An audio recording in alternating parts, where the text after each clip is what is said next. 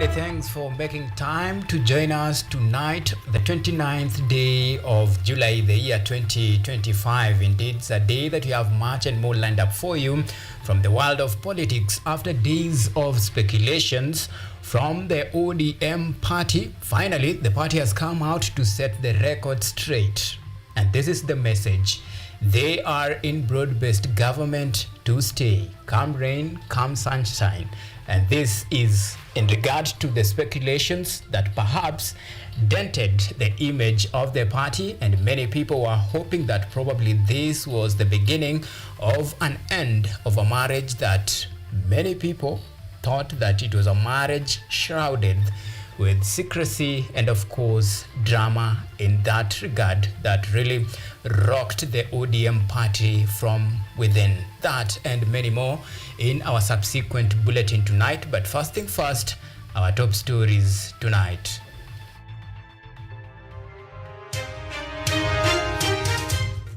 Tonight, home at last.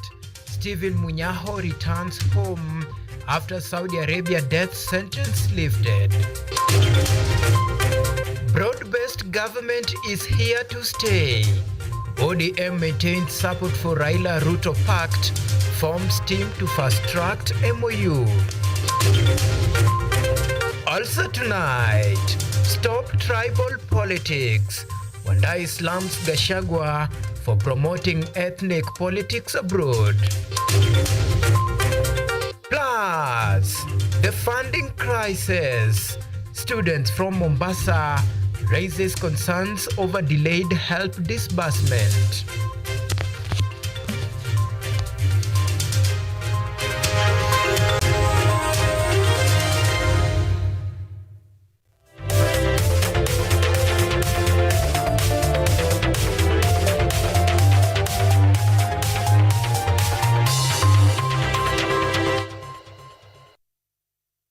This is KUTV Primetime News with Auma Evans.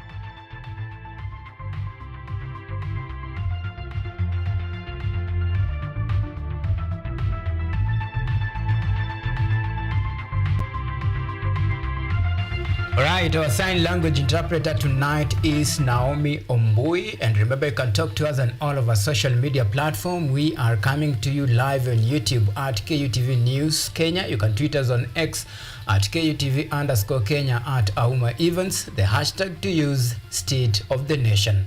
So tonight we begin with the latest, and after more than a decade on Saudi Arabia death row, following 2011 altercation that led to a murder charge, Stephen Munyaho escaped the clutches of death and returned to Kenya today. His release came after the payment of 129 million shillings in blood money and extensive diplomatic intervention. Edna Nerea is on that beat tonight. After 13 anxious years on death row in Saudi Arabia, Stephen Munyaho finally returned home. Describing his homecoming as a miracle, he expressed deep gratitude to God and to everyone who supported him throughout his ordeal, thanking those who played a role in securing his release and safe return. I'm grateful to Allah for this second chance that I have been granted. It's wonderful to be back home. I'm so saturated, and indeed, I need a rest. I shall reorganize myself, and in due time, I shall talk to you. Thank you very much. Thank you very much. Thank you. Principal Secretary for Foreign Affairs, Dr. Korir Sing'oei, hailed Munyaho's release as the fruit of sustained diplomatic engagement. He thanked Saudi authorities and all partners involved, reaffirming Kenya's commitment to safeguarding its citizens abroad. Dr. Sing'oei called Munyaho's return a powerful symbol of justice and international cooperation. So on behalf of the government of the Republic of Kenya, I wish to convey our very sincere gratitude to the government of the Kingdom of Saudi Arabia for accepting our efforts to be able to address this breach of the law. Stephen Munyaho's parents expressed heartfelt gratitude to the Kenyan government, diplomats, and all who stood by their son during his 13-year ordeal.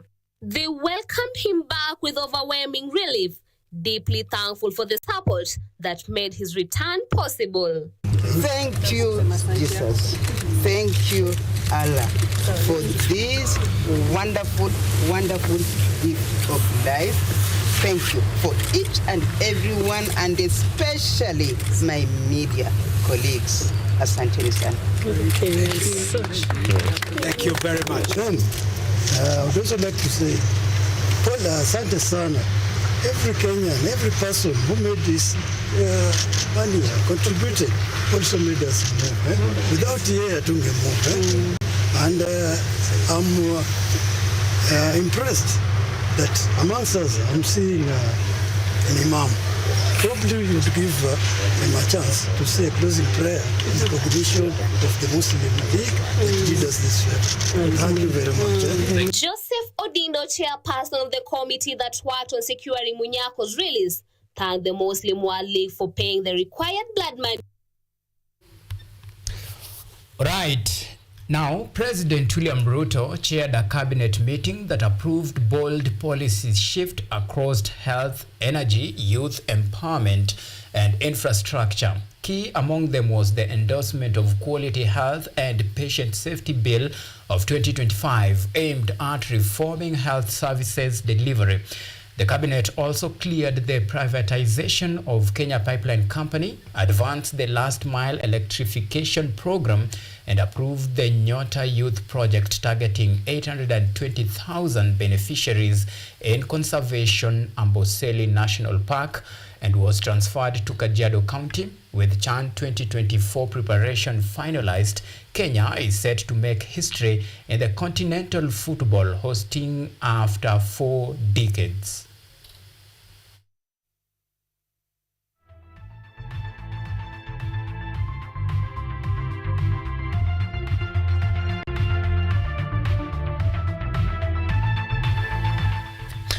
Right now, let's dive into matters politics. The Orange Democratic Movement Party, if you prefer the acronym ODM, has broken its silence on recent political developments and internal wrangles rocking the party from within. In a statement issued after a committee meeting held in Nairobi, the party maintains its support for broad-based government, with plans underway to form a technical team to work with their counterpart UDA party as part of political infrastructure to oversee the implementation of the Memorandum of Understanding signed between UDA and ODM party. At a fiery press briefing held at Chungwa House, the ODM National Executive Committee, led by Secretary General Edwin Sifuna, outlined an on-answers approach to both internal dissent and external political attacks. The party reaffirmed its unwavering commitment to internal democracy, unity, transparency, and reinvigorated grassroots mobilizing drive. Here, as an improvement on the previous disbursement, we will continue pushing for the raising of the allocation to a minimum 450 billion Kenya shillings or more, as had been proposed by party leader Raila Amolo Odinga. Fourthly, that the party continues to demand the implementation of the unbundling of all devolved functions and the requisite and constitutionally sanctioned resources to the counties. Number 5, that the party supports calls for an intergenerational national conclave to deliberate on the issues affecting the nation, with particular focus on youth agenda, and agree on a way forward. Number 6, that the party will continue with grassroots elections and programs for the ODM at 20 celebrations as part of the process of regeneration, reorganization, and internal strengthening. Lastly, Sifuna did not mince words, warning that indiscipline will no longer be tolerated. He confirmed that disciplinary proceedings are underway for members accused of breaching party values, making it clear that defiance of ODM's code of conduct will be met with decisive action. Number 1, that the party supports the position that has been taken by party leader Honorable Raila Odinga to work with the Kenya Kwanza administration to stabilize the country and create an enabling environment for Kenyans to address their concerns through democratic and constitutional means. Number 2, that in order to expedite the implementation of the 10-point agenda of the MOU, ODM will constitute a technical team to work with our UDA counterparts as part of the political infrastructure to assist with the implementation of the agreement. The committee has identified the absence of such a technical committee, which is actually contained in the MOU, as the missing link in the implementation of the MOU. Of great concern is the full implementation of the NADCO report, promotion and protection of the livelihoods of young people, the right to peaceful assembly and protest, the rule of law. The party dismissed tries and speculation about internal strife, terming such reports as baseless propaganda driven by political opponents. ODM also reaffirmed its unwavering support for the Azimio la Umoja coalition, expressing full confidence in its political agenda and leadership as the 2027 elections draw near. And a single-minded focus on ensuring that ODM continues to be a loyal servant of the people and the country, acting in the best interest of its supporters and nation, and committed to the agenda of national transformation and stability. Lastly, we have been presented with a schedule of all upcoming by-elections, and the resolution of this committee is that ODM will fully participate in all of those by-elections by faith. The NEC also announced that preparations for upcoming by-elections are underway and assured supporters that the party remains united and focused. The leadership concluded by urging supporters to remain calm and announce plans to launch nationwide consultative forums aimed at revitalizing its grassroots presence. Paulette Akoth, KUTV, Nairobi.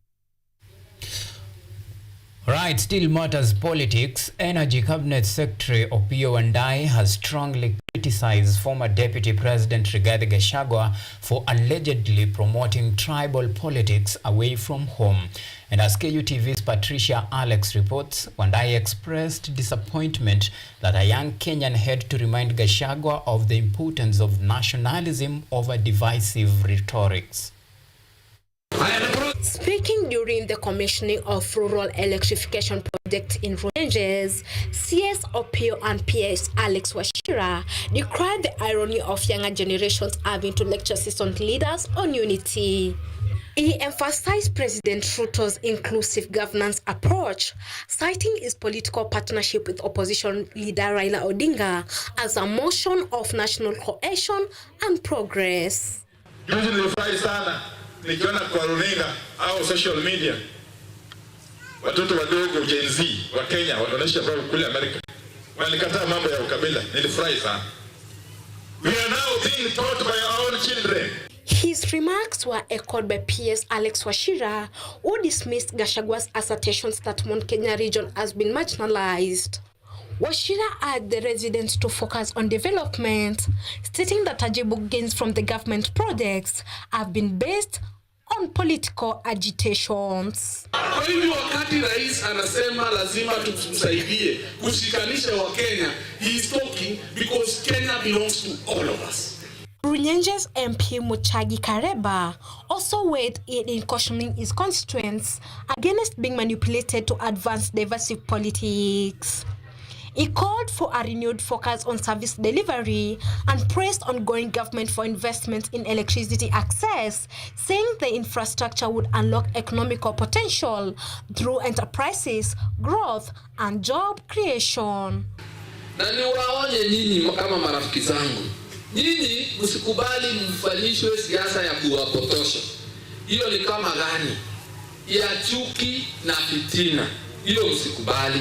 As political temperatures rise, the national discourse has become so charged that even public officers who are expected to steer clear politics are drawn into fray, compelled to defend the government position and narrative in the face of the mounting criticism.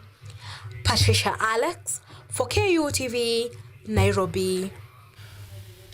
All right, thank you, Patricia Alex, for that comprehensive Reporting now from politics to the corridors of justice. The High Court has sentenced former police officers Emmanuel Barasa and Godwin Barasa to 35 years in prison, each for the brutal murder of Dennis Lusava at Mbururu Police Post in Kakamega County.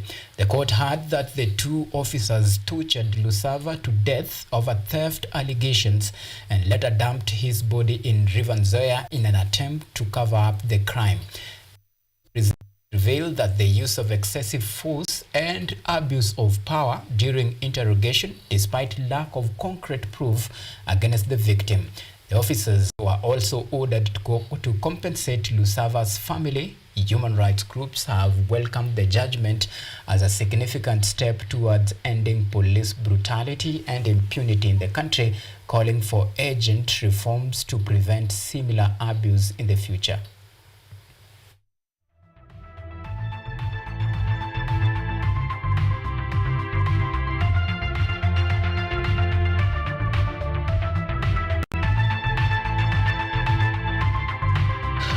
Right, 17 minutes past time to take a very fast, rather short break here on the State of the Nation. Remember, plenty more to follow after the break.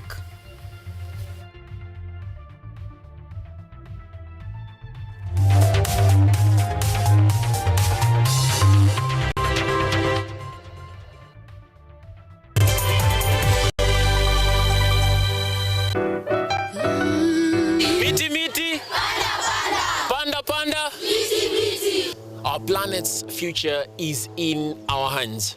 However, there is a threat to the brightness of this tomorrow. On EarthCheck, we share the challenges, the solutions, and the hope. I would call this a very momentous day, a very critical day. Every episode, every story, every step we take creates a ripple. Join me, the environmentalist Emmanuel Kutosi, on KUTV every Wednesday at 8 p.m. and be part of EarthCheck. Welcome.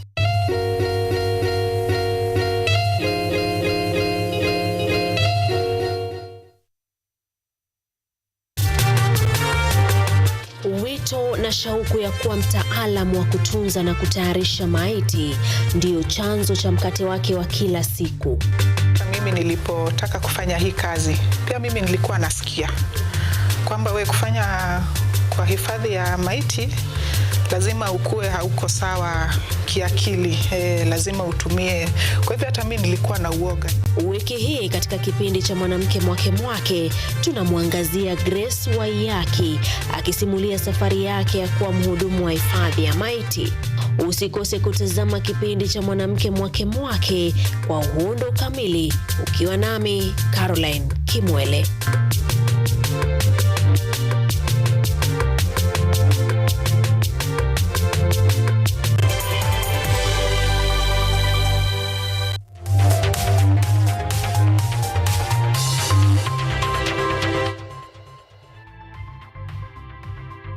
You are watching KUTV Primetime News with Auma Evans.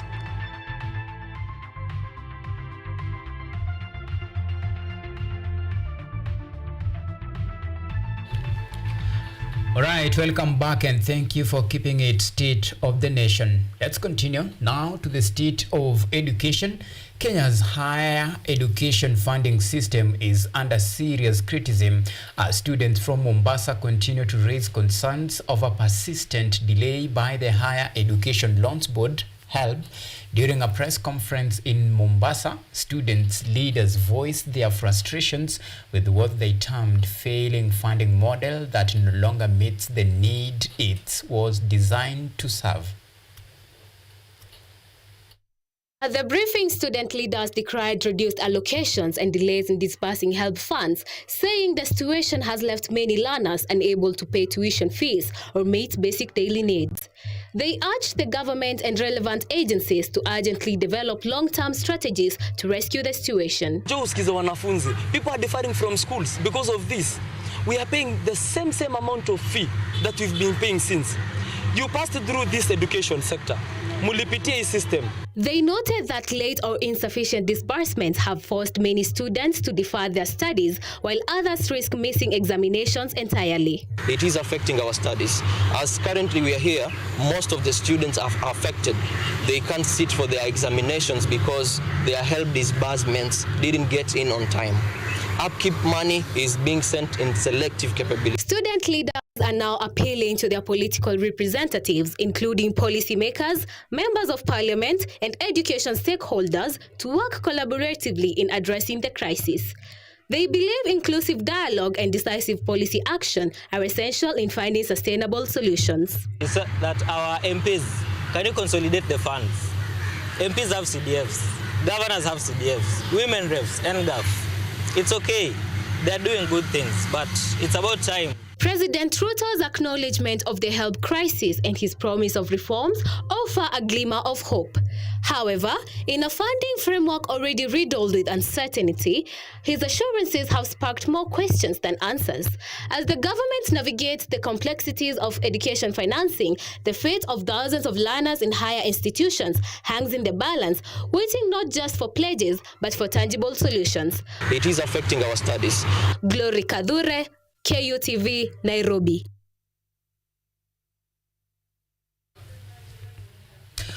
Right, now to health matters. Health Cabinet Secretary Adan Duale has unveiled a set of bold, sweeping security protocols for Kenya's national referral hospitals following the two tragic homicides at the Kenyatta National Hospital.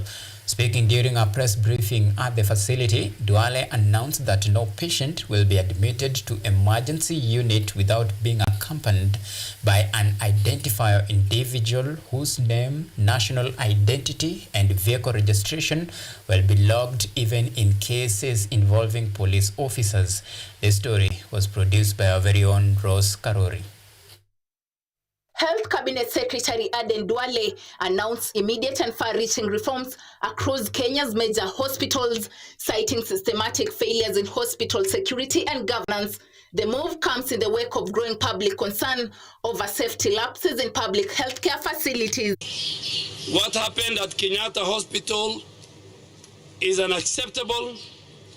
It exposed systems vulnerabilities that must be addressed. And that's why we are here.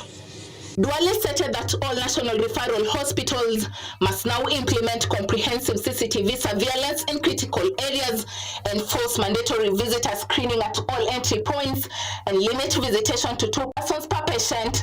Other measures include anonymous call monitoring, regular safety audits, and the rollout of a quality assurance framework designed to enhance patient privacy and institutional accountability. I have directed all national referral hospitals to immediately conduct audits of their emergency response system, an audit of their security protocols, an audit of the patient monitoring.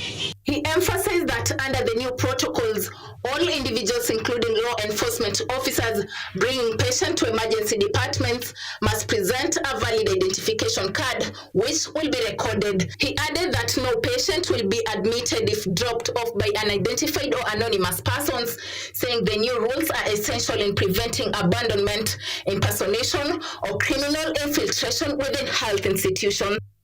We will ask every person, including the police, who bring a sick patient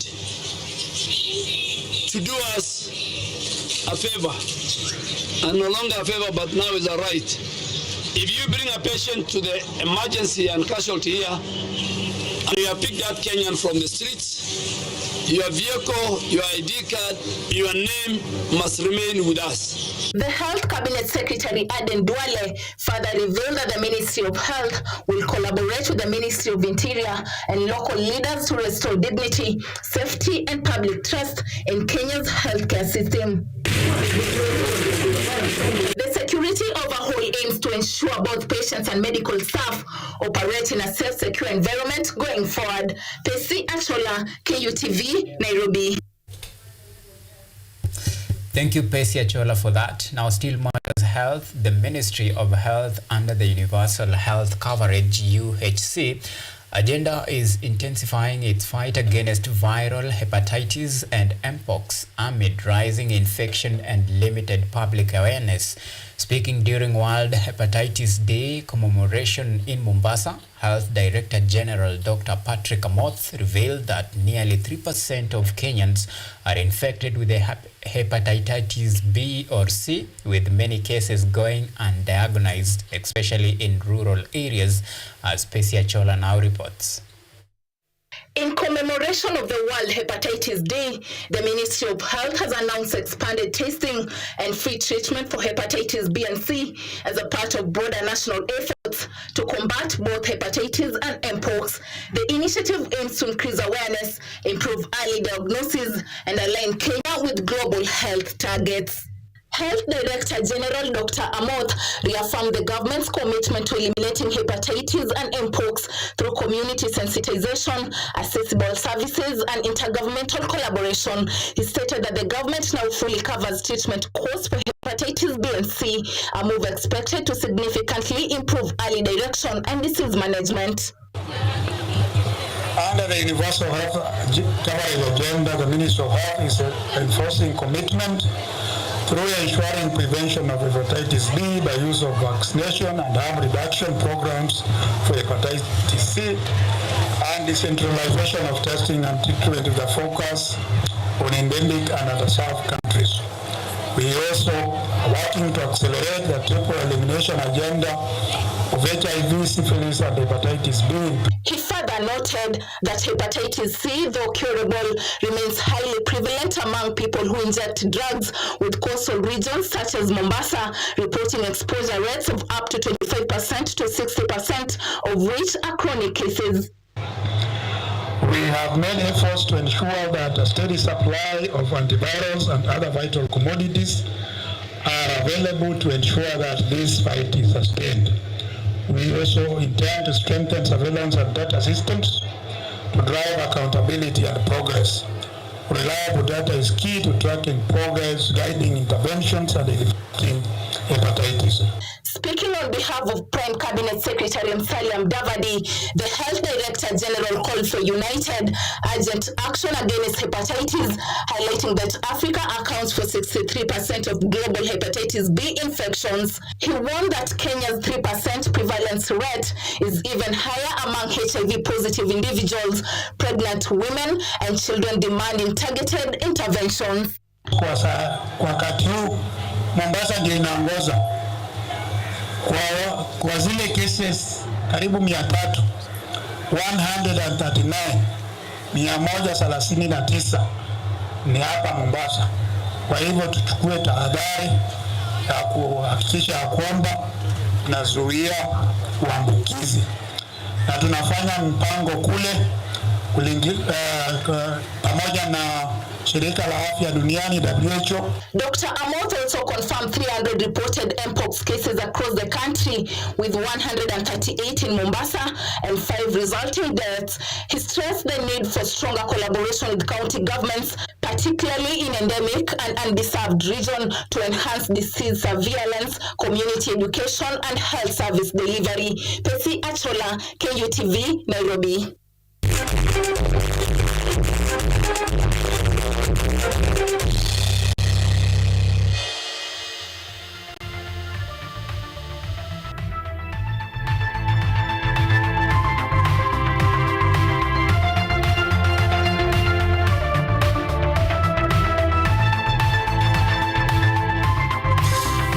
It's now time for the latest in the world of sports. Now, Kenya's rising star, or rather striker Mohamed Bajaber, will not participate in the CHAN tournament after officially joining Tanzania's Simba SC. CHAN is a competition strictly reserved for players featuring in their domestic leagues, and Bajaber's move outside Kenya's league disqualifies him from taking part. He is expected to travel with Simba's squad to Cairo, Egypt for pre-season preparation. Harambee Stars head coach Benny McCarthy has called up midfielder Brian Mishiri as a late replacement.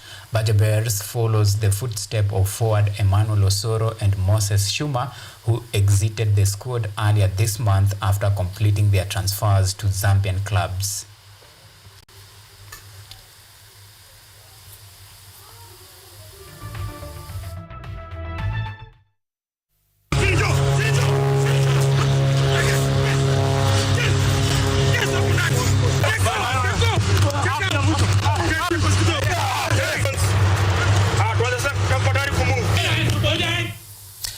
Still matters football. Morocco's national team has kicked off preparation for the 2024 CHAN tournament with their first training session held in Nairobi. The Atlas Lions arrived early in the Kenyan capital to acclimatize and fine-tune tactics ahead of their opening clash. Morocco is set to face Angola in their first Group A match, which will take place at historic Nyayo Stadium with a strong squad and high expectations. Morocco aims to start their campaign on a high note as they chase continental glory in the tournament that features locally based players from across Africa.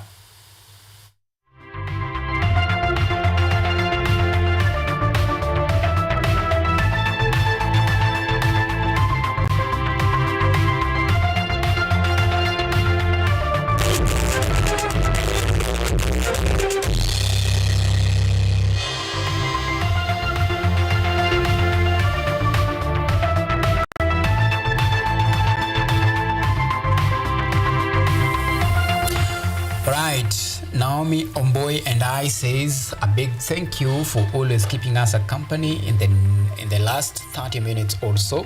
My good name is Auma Evans. Our sign language interpreter tonight has been Naomi Omboy. Until next time, do have a lovely night and God bless Kenya.